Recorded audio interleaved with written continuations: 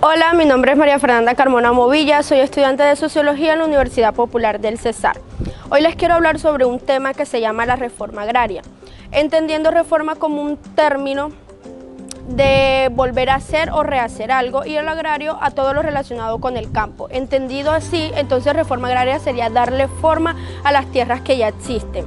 La reforma agraria en Colombia nace a raíz de la problemática que por años han acarreado a nuestro país, la violencia en el campo, el desplazamiento forzado, la pobreza y el narcotráfico.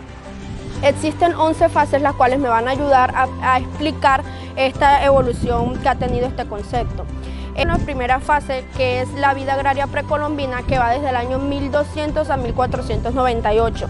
En esta fase, los indígenas veían a la tierra como un dios. Aquí ellos no delimitaban ni demarcaban territorios, sino que existía esa unión mágica e inseparable entre el hombre y la tierra. En esta fase la tierra no tenía ningún uso o valor económico, sino que tenía un valor de uso. Quien necesitaba las tierras era quien las iba a usar. Pasamos a la segunda fase, que va de 1499 a 1537, que se llama el origen de la RAT en Colombia. Aquí este concepto se ve por primera vez de manera significativa a raíz de la conquista española dirigida por Alonso de Ojeda en el año 1499. Aquí se empiezan a explorar nuevos lugares en Colombia y se da origen a una guerra con los nativos, ya que estos españoles querían apoderarse de sus tierras. Entonces la primera RAT en Colombia consistió en darle a estos españoles nuevas tierras para que crearan ellos ciudades españolas aquí en Colombia con el fin de explotar los recursos naturales que ya existían. La tercera fase se denominó la evolución de los primeros mecanismos de apropiación de tierras, que va del año 1538 al año 1885. Aquí se pasa de las capitulaciones de Santa Fe a las cédulas reales del Pardo, que permitía apropiarse de tierras de manera indebida corriendo linderos, lo que trajo consigo la desigualdad en la distribución. A raíz de este gran problema se creó en el año de 1680 el Código de las Indias y empezamos a hablar ya de títulos de propiedad, y en estas ventas directas a los campesinos también se incluyó el recurso natural del agua. En la cuarta fase empezamos a hablar ya del inicio de las leyes de tierra de 1936 a 1961, y en esta ley de tierra de 1936 se da justificación al título de propiedad por función social para uso económico, y se empiezan a establecer o a reconocerle los derechos de los trabajadores que tenían el dominio de las tierras. En esta fase todavía se ve la redistribución de la tierra para fines de explotación económica. Sexta fase, consolidación institucional de 1968 a 1972. Aquí se creó la reforma social agraria, con el que el Estado busca restablecer las tenencias de las tierras y quitar todas esas tierras y terrenos que habían sido explotados indebidamente.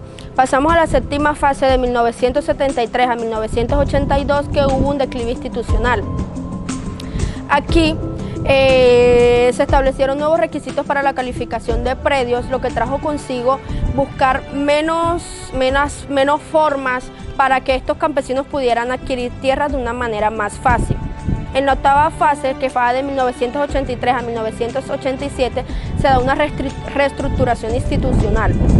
Aquí el INCOR adquirió nuevos requisitos en un contexto de guerras dentro del campo. Problemas como la violencia y el desplazamiento forzado llevaron a esta institución a crear la ley de amnistía, que lo que consistió fue en comprar terrenos por debajo del avalúo de Agustín Codazzi, pero efectuando el pago en menor plazo.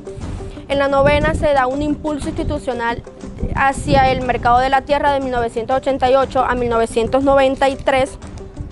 En esta fase INCOR se ve beneficiado por el Estado, ya que este empieza a invertir en las zonas rurales, empieza a crear programas con entidades públicas, a invertir en infraestructuras y vías con acceso a estas zonas rurales.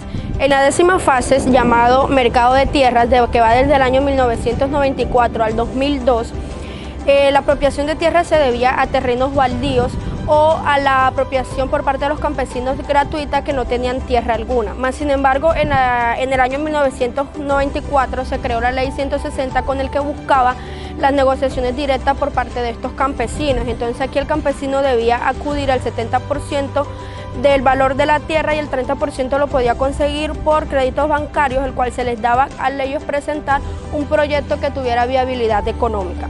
En la última fase, que va del cambio institucional, que va del año del 2003 al 2010, aquí Incora desaparece y aparece Incoder con nuevos objetivos para la producción del campo. En conclusión, la reforma agraria en Colombia es un proceso que es muy dinámico y complejo, ya que es sensible a todos los cambios políticos, sociales, económicos y ambientales en los que ocurre el territorio colombiano. Por lo tanto, tiene la capacidad de reajustarse para mitigar estos cambios.